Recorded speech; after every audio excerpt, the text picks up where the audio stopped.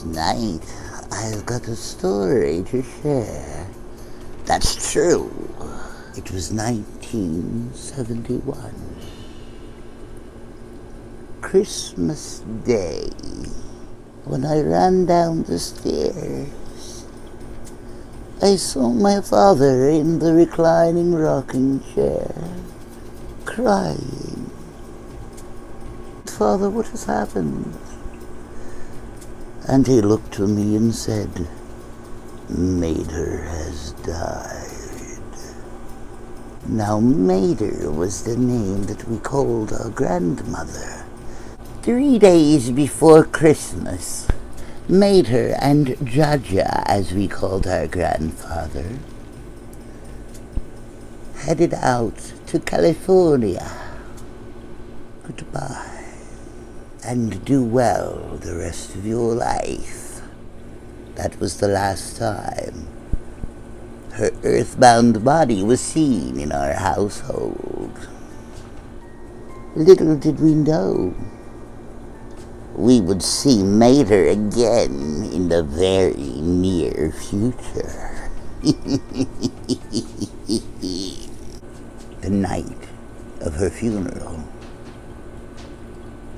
the house was full of friends and family.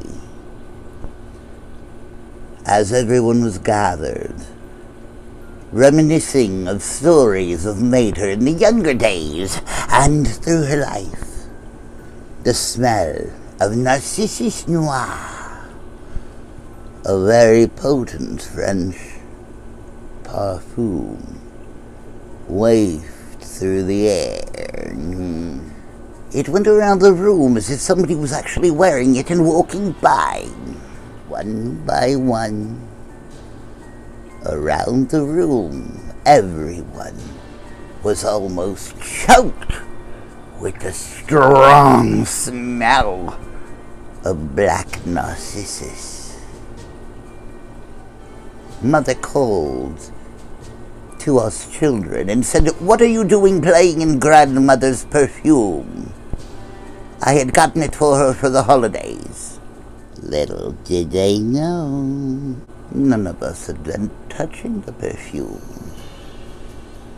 Everyone just marked it off as, well, one of the children must have done something. The next incident was when a neighbor lady was over having coffee. There was an explosion in the garage. Now, in those days, 5-gallon water jugs were made of glass. We had one in the garage that imploded into a pile of dust. Mother, the neighbor lady, my father, and my brother ran to the garage to see what had happened.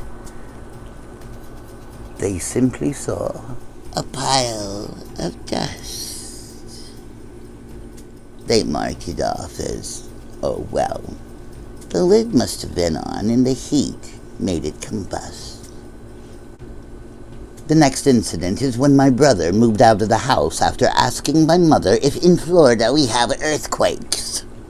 Later we found out it was because his room and bed were shaking at night. The room, the dressers, everything was shaking. He moved out. Then one evening, a lot of commotion in the youngest sibling's bedroom. When we flung open the door, we found the youngest was fast asleep, and the toys that were always put in their place were scattered throughout the entire floor. The next incident was when my aunt came from the Czech Republic to visit. As they were sitting down having coffee and tea, the stench of burning rubber was so strong it was making them cough and choke. They could not find where this stench was coming from. The next incident was even more terrifying.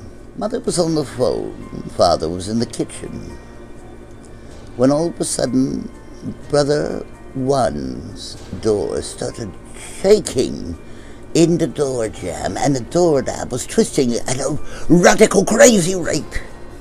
My father walked right to the door, but as he opened the door,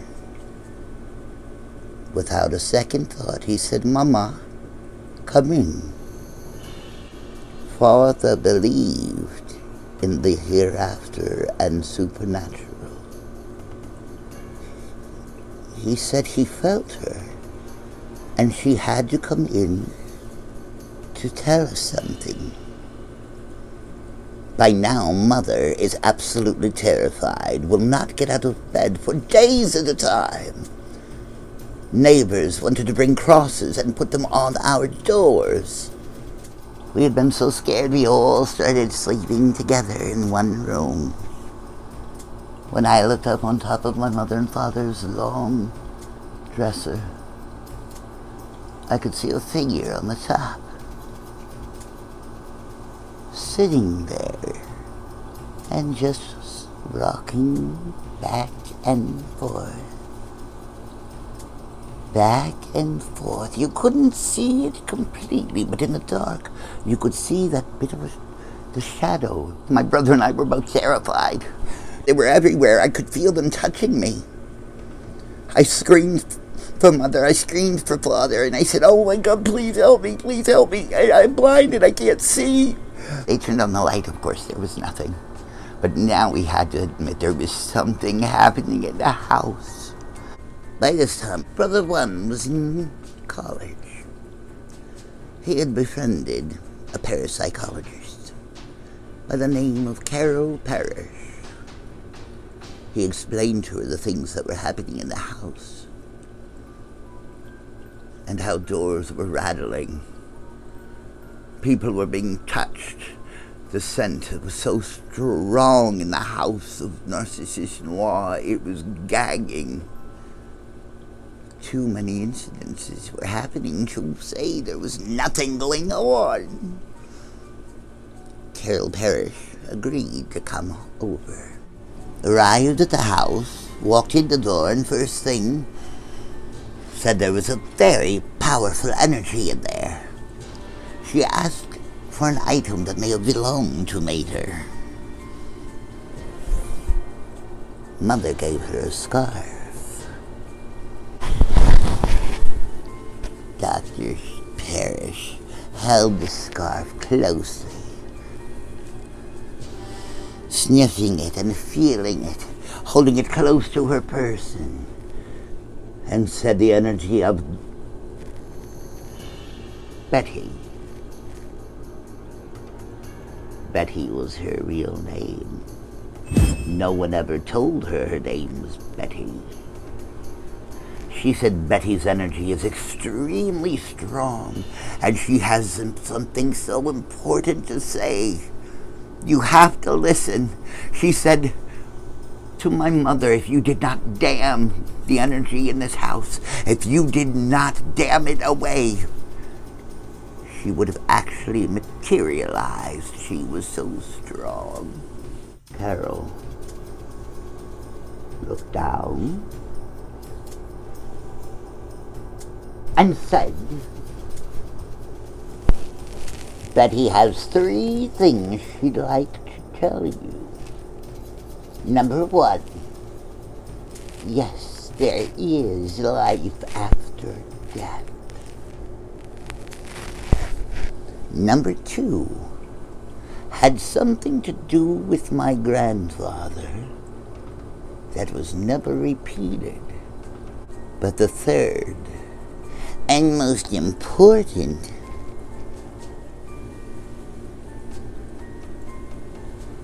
Mater was buried in the wrong cemetery plot. She was in the wrong plot. Coincidence? At this time, it was about 10 o'clock in the evening. Mother, father, brothers, Dr. Parrish, all of us went to the cemetery. We went to where the family plots were. And oh my God, Mater's not there. She was buried 3 cemetery plots away from the family area. Now, they actually had to exhume her body and bury her in the proper hole. After that, all of the activity in the house stopped. For those that don't believe, there were many people that experienced what happened when Mater came back. Good night.